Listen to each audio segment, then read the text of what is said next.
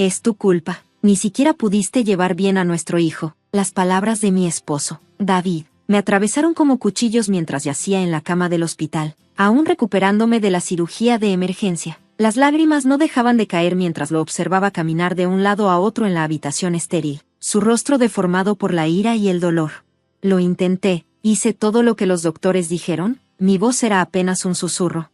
Pues no fue suficiente, ¿verdad? 3 años de matrimonio y no puedes darme un hijo sano. Se pasó las manos por su oscuro cabello con frustración. Mientras tanto, Rebecca acaba de decirme que está embarazada.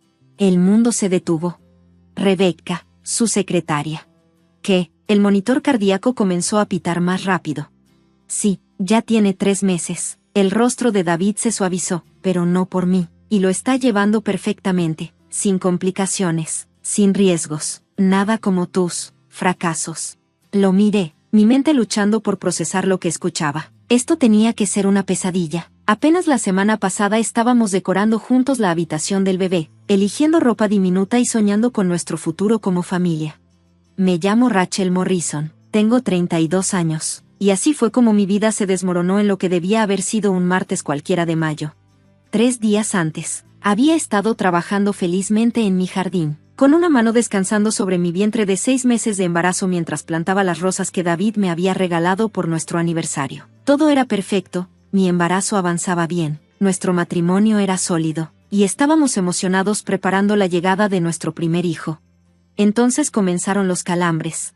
Algo está mal, jadeé, sosteniendo mi vientre. El dolor era intenso, como nada que hubiera sentido antes. Logré llamar a David a su oficina, pero fue directo al buzón de voz. Cuando llamé al escritorio de su secretaria, la voz de Rebecca sonó extrañamente vacilante.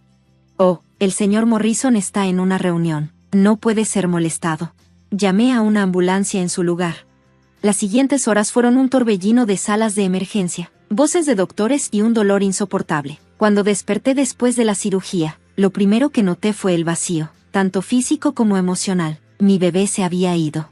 David no llegó hasta horas después, oliendo ligeramente a un perfume que no era mío. Ahora, mientras yacía en esa cama de hospital escuchándolo confesar su infidelidad y culparme por nuestra pérdida, los últimos 3 años de nuestro matrimonio pasaron por mi mente como una película. Y de repente todo tuvo sentido, las noches de trabajo hasta tarde, los viajes de negocio sin explicación, la nueva secretaria que había contratado hacía 8 meses. Quiero el divorcio, anunció, sacando unos papeles de su portafolio. Hice que los redactaran la semana pasada. Rebecca y yo queremos empezar nuestra familia de inmediato. La semana pasada, cuando yo todavía estaba embarazada, cuando aún estábamos eligiendo nombres para el bebé. ¿Tú planeaste todo esto desde el principio? Mi voz se quebró. Seamos honestos, Rachel, has tenido 3 abortos espontáneos en 3 años. Claramente, no estás hecha para ser madre. Rebecca es joven, saludable, fértil. Colocó los papeles del divorcio en la bandeja de mi hospital. Necesito una mujer que pueda darme hijos. En ese momento, la enfermera entró, frunciendo el ceño al ver mis signos vitales elevados. Señor, necesito pedirle que se retire. La señora Morrison necesita descansar. Es la señorita Morrison ahora, corrigió David fríamente, o lo será en cuanto firme estos papeles. 7 años después. La brisa otoñal agitaba los árboles fuera de mi centro médico mientras revisaba expedientes de pacientes. Después de perder a mi bebé y mi matrimonio, canalicé mi dolor estudiando medicina reproductiva. Ahora dirigía una de las clínicas de fertilidad más exitosas del país, ayudando a mujeres que enfrentaban los mismos problemas que yo. Dra. Morrison, la voz de mi recepcionista crujió en el intercomunicador. Hay un David Morrison aquí para verla. No tiene cita. Mi mano se detuvo sobre el teclado. 7 años de silencio, y ahora aparece sin previo aviso. Déjalo pasar, Jenny. El hombre que entró por la puerta era una sombra del ejecutivo seguro y exitoso que me había abandonado en aquella habitación de hospital. Sus trajes caros habían sido reemplazados por unos jeans gastados y un suéter descolorido. Profundas líneas marcaban su rostro, y su cabello comenzaba a encanecer en las sienes. Rachel, su voz temblaba. ¿Te ves? ¿Estás bien? ¿Qué quieres, David? Mi voz era profesionalmente neutral, el mismo tono que usaba con pacientes difíciles. Se dejó caer en la silla frente a mi escritorio, con los hombros caídos. Necesito tu ayuda. Mi clínica tiene una lista de espera de 6 meses. ¿Puedes pedir los formularios en recepción? No ese tipo de ayuda. pasó las manos por su cabello canoso. Un gesto tan familiar que hizo que mi corazón doliera a pesar de todo. Rebecca, se llevó todo. Me recosté en mi silla, esperando. Jamás estuvo embarazada, confesó, mirando al suelo. En aquel entonces, cuando te dejé, falsificó la prueba de embarazo. Me engañó durante meses diciendo que tenía complicaciones y luego fingió un aborto espontáneo. Una risa amarga escapó de mis labios. El karma tiene una forma de cerrar el círculo, ¿no crees? Eso fue solo el principio, continuó. Después de casarnos, siguió inventando excusas sobre por qué no podía quedar embarazada. Mientras tanto, desviaba dinero de mis cuentas a inversiones privadas. El mes pasado, pidió el divorcio y sus abogados revelaron que tenía pruebas de que yo estaba malversando fondos de mi propia compañía. ¿Lo estabas haciendo? No, levantó la cabeza bruscamente. ¿Pero falsificó mis firmas también? La compañía le creyó. Estoy bajo investigación. Perdí mi trabajo, mi reputación, todo. Lo estudié en silencio, recordando la última vez que nos sentamos frente a frente, en la oficina de nuestro abogado, mientras él apresuraba el divorcio para casarse con Rebecca. Escena de flashback. Después de que David me dejó en el hospital, pasé semanas en una niebla de dolor y depresión. Perder a mi bebé y a mi matrimonio el mismo día casi me destruyó, pero una persona se negó a dejar que me rindiera, la doctora Sarah Chen, mi especialista en fertilidad. Canaliza tu dolor en un propósito, me dijo durante una de nuestras consultas de seguimiento. Entiendes lo que estas mujeres pasan de una manera que la mayoría de los doctores nunca podría. Se convirtió en mi mentora mientras volvía a la escuela, guiándome a través de la Facultad de Medicina y mi especialización en medicina reproductiva. El trabajo era agotador, pero me daba una razón para levantarme cada mañana. Mientras reconstruía mi vida, de vez en cuando escuchaba noticias sobre David y Rebecca a través de amigos en común. Su lujosa boda 3 meses después de nuestro divorcio, su mansión en los suburbios, el guardarropa de diseñadores de Rebecca y los autos de lujo, todo financiado por el éxito de David, pero nunca hubo un bebé. Regreso al presente. ¿Dónde estás viviendo ahora?, pregunté, notando las ojeras bajo sus ojos. En un albergue para hombres en la calle 7, su voz se quiebra. Rebecca se quedó con la casa, los 2 autos, sus abogados fueron implacables. Ella había estado planeando esto durante años, documentando todo, construyendo su caso. Justo como él había planeado dejarme, teniendo los papeles de divorcio listos mientras aún llevaba a su hijo. Sé que no merezco tu ayuda, susurró, pero eres la única persona en la que pude pensar que podría entender, que podría perdonar. ¿Perdonar? La palabra sabía a cenizas. Me culpaste por perder a nuestro bebé, me abandonaste en el hospital para casarte con tu secretaria embarazada. ¿Quién? Sorpresa, nunca estuvo realmente embarazada. ¿Y ahora quieres perdón? Por favor, Rachel, sé que no lo merezco, pero necesito un lugar donde quedarme, solo por unas semanas hasta que pueda resolver las cosas, imploró David, con los ojos llenos de desesperación. Miré al hombre que una vez amé, recordando cómo se arrodillaba junto a nuestra cama todas las noches, hablando con mi pancita embarazada, el mismo hombre que luego me culpó por perder a nuestro hijo, el mismo hombre que había planeado su escape mientras aún llevaba a su bebé. En realidad, dije, abriendo mi laptop, te estaba esperando. Su ceño se frunció en confusión. Rebecca se contactó conmigo hace 6 meses, continué, girando la pantalla hacia él. Quería compartir una información interesante. En la pantalla había un hilo de correos electrónicos entre Rebecca y yo, junto con documentos escaneados. El rostro de David palideció al reconocerlos.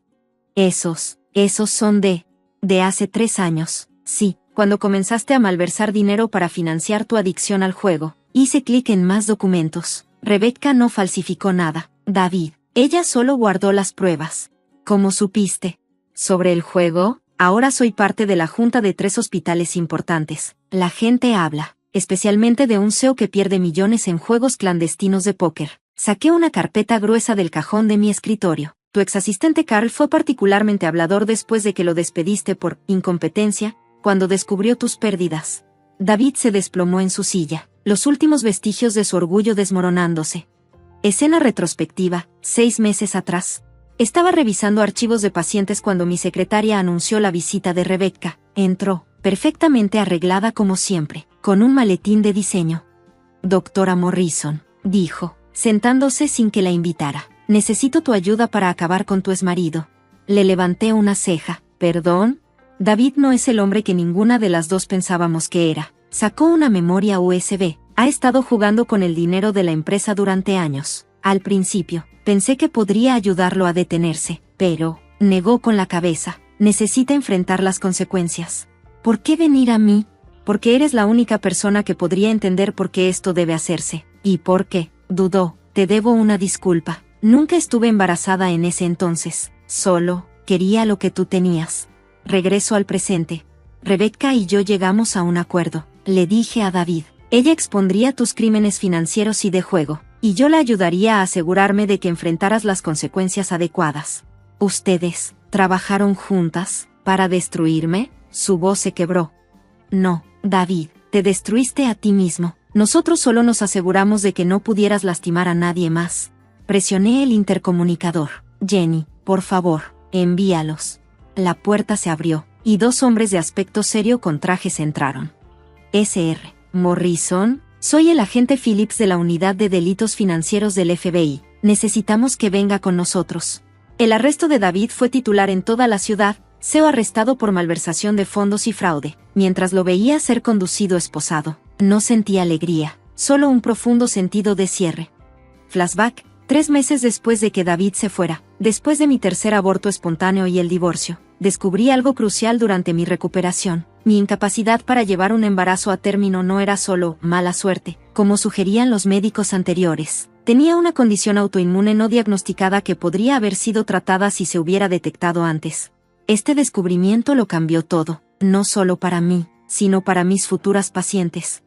Regreso al presente. El juicio duró 6 semanas. Testifiqué sobre los primeros signos de adicción al juego de David, como el dinero empezó a desaparecer de nuestras cuentas conjuntas incluso antes de que terminara nuestro matrimonio. Otros testigos se presentaron, empleados de casinos, jugadores de póker clandestinos, socios de negocios. El testimonio de Rebecca fue particularmente condenatorio. Detalló cómo descubrió su adicción, trató de ayudarlo a dejarla, pero finalmente se dio cuenta de que era imposible alcanzarlo. Presentó años de pruebas documentadas, extractos bancarios, firmas falsificadas, registros manipulados de la empresa. El acusado, David Morrison, es sentenciado a 8 años de prisión federal, anunció el juez. Mientras lo conducían fuera, David me miró por última vez. Lo siento, dijo con los labios. Pero esta historia no se trata de la caída de David, se trata de lo que vino después.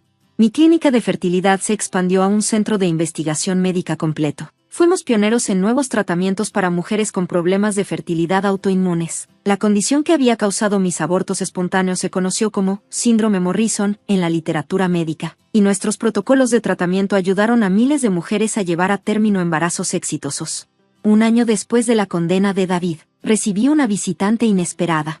Doctora Morrison, una joven se encontraba en la puerta de mi oficina, las manos nerviosas aferradas a su bolso. Soy Lisa, la hermana de David. No había visto a Lisa desde el divorcio. Ella se había puesto del lado de su hermano, creyendo sus mentiras sobre mí. Te escucho, dije, señalando la silla. Estoy embarazada, susurró, y ya he tenido 2 abortos espontáneos. Los médicos no pueden averiguar por qué. Sus ojos se llenaron de lágrimas. Sé que no merezco tu ayuda, pero... Abrí el cajón de mi escritorio y saqué un expediente médico. Necesitas hacerte una prueba para el síndrome Morrison. Es hereditario.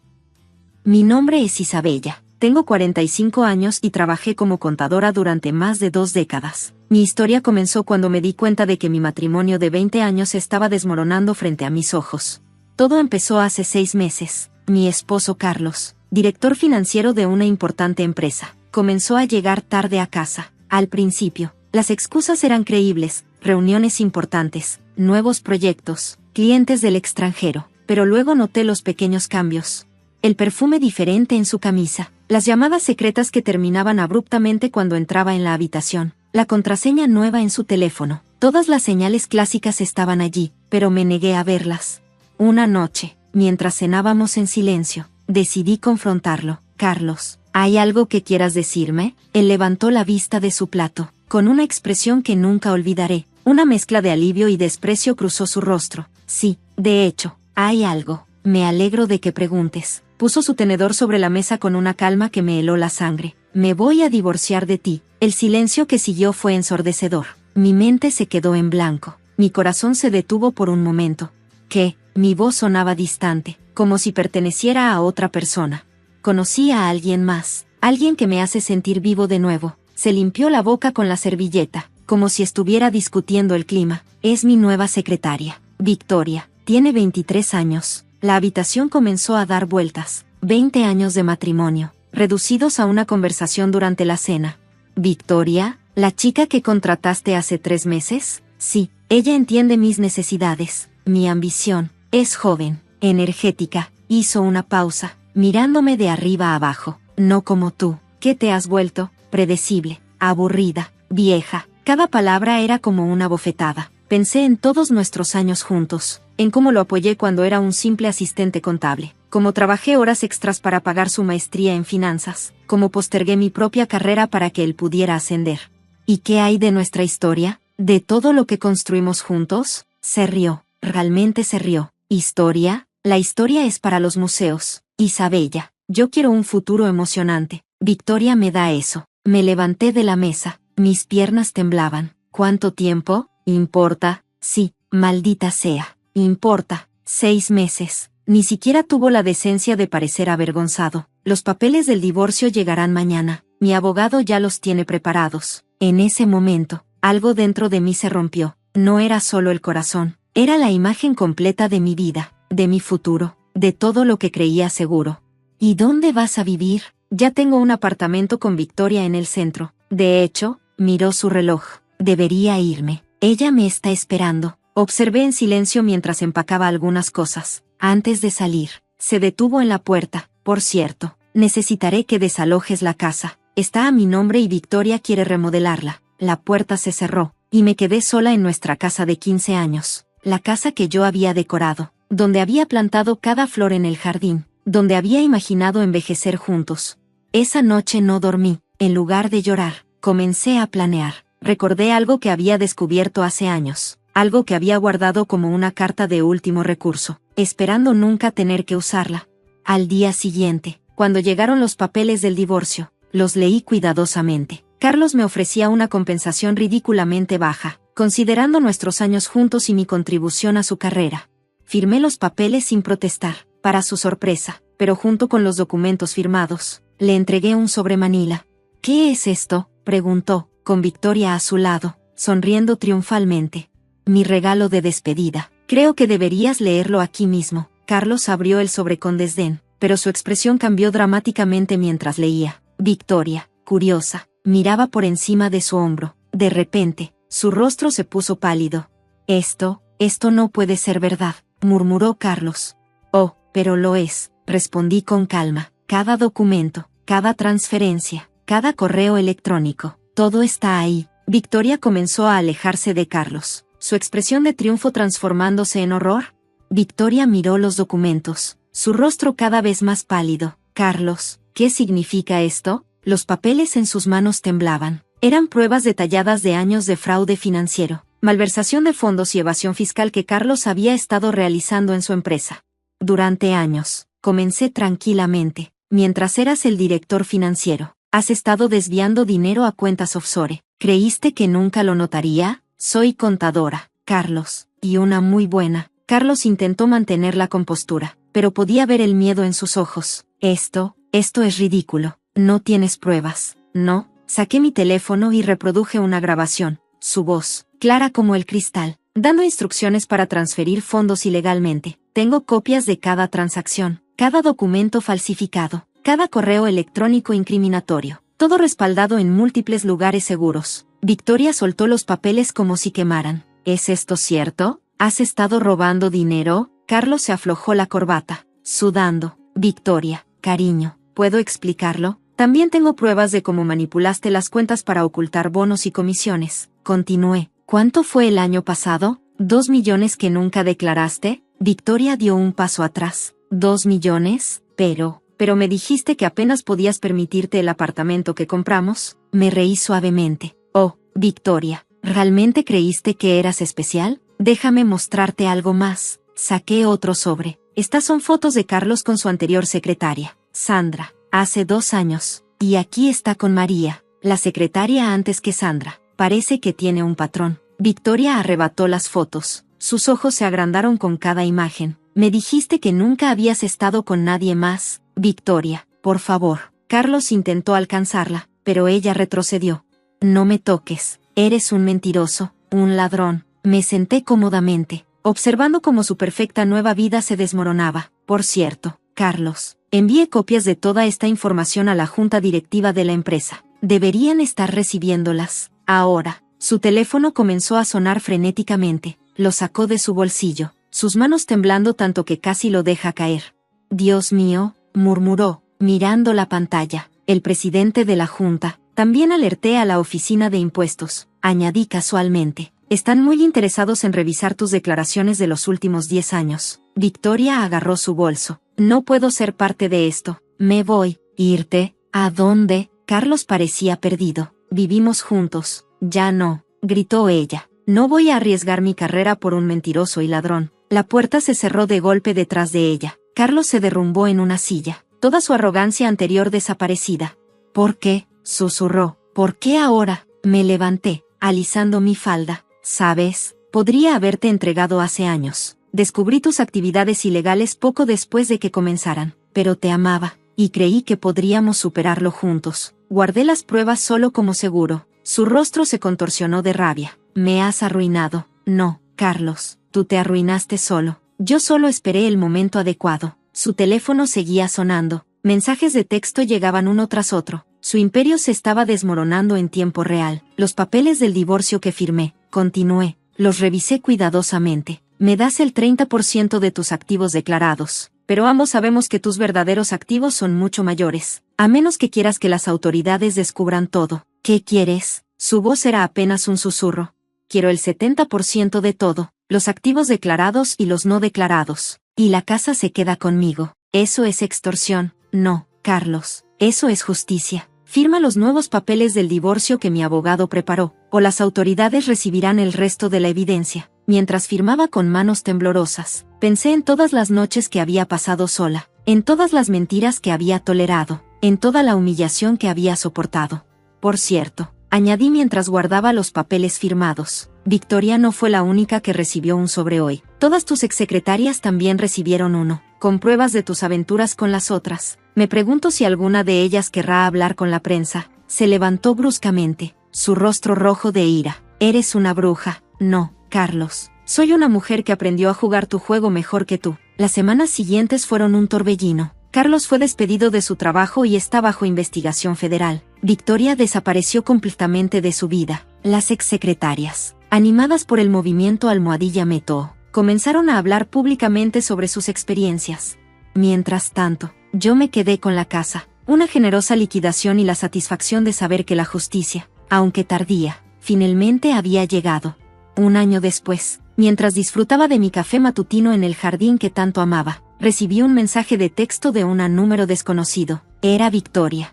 Lamento haber sido parte de lastimarte, decía. No sabía la clase de hombre que era realmente. Gracias por abrirme los ojos. Le respondí con una simple frase. A veces, el mejor regalo que podemos recibir es ver la verdad. Carlos ahora vive en un pequeño apartamento, trabajando en un puesto menor en una empresa pequeña. La última vez que lo vi, en la oficina de nuestros abogados, parecía envejecido y derrotado. Me preguntó si alguna vez lo perdonaría.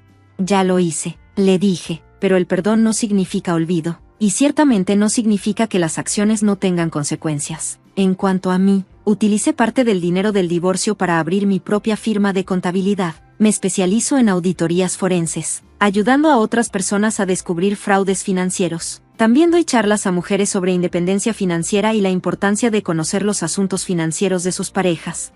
Mi historia se convirtió en un caso de estudio en varias firmas legales y escuelas de negocios. La venganza servida fría y calculada, la llaman algunos, pero yo prefiero verlo como una lección sobre la importancia de la paciencia y la preparación. A veces, cuando estoy sentada en mi jardín, pienso en aquella noche cuando Carlos me dijo que me dejaba. En ese momento, sentí que mi mundo se acababa. Ahora sé que era solo el comienzo de una nueva vida, una vida en la que soy más fuerte, más sabia y, curiosamente, más feliz que nunca. La semana pasada, recibí una invitación para dar una conferencia en una importante universidad sobre ética empresarial y empoderamiento femenino. La ironía no se me escapa, la traición de Carlos me llevó a encontrar mi verdadera vocación. Mientras preparo mi presentación, no puedo evitar sonreír al pensar en el título que elegí, Cómo convertir la traición en triunfo, una historia de justicia financiera. Y así, cada mañana, cuando me despierto en mi hermosa casa, rodeada del jardín que cultivé con tanto amor, me recuerdo a mí misma que a veces, el final de una historia es solo el comienzo de otra mejor, y que la mejor venganza no es solo el éxito, sino usar ese éxito para ayudar a otros a evitar el mismo dolor. Como dicen, la vida no se trata de esperar a que pase la tormenta, sino de aprender a bailar bajo la lluvia. Y yo he aprendido a bailar con estilo. Fin.